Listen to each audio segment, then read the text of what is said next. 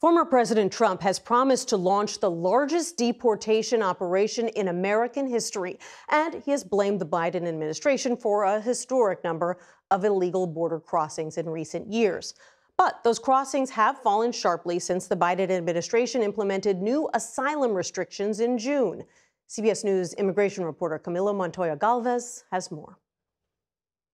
Hoy te deportaron de los Estados Unidos. You were deported from the U.S. today. Sí, this morning. Hoy en la mañana. In the morning. How are you feeling now? ¿Cómo te sientes ahora?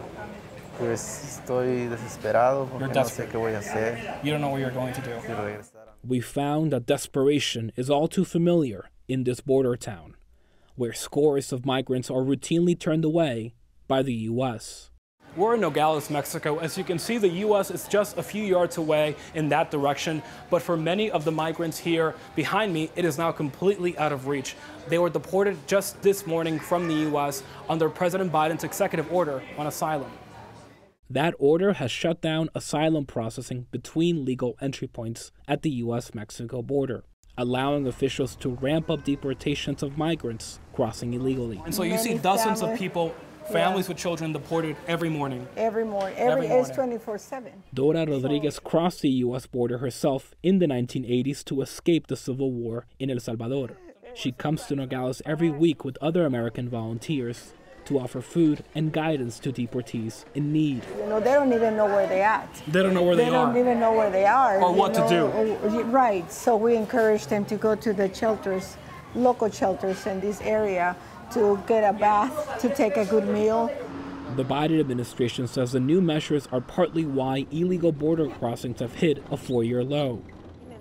But according to Rodriguez, those policies mean people fleeing danger are being turned away. They're fleeing violence from organized crimes, from gangs, hunger.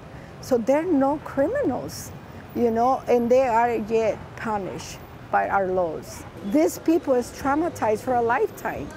You wanted to protect your daughters. Querías proteger a tus hijas.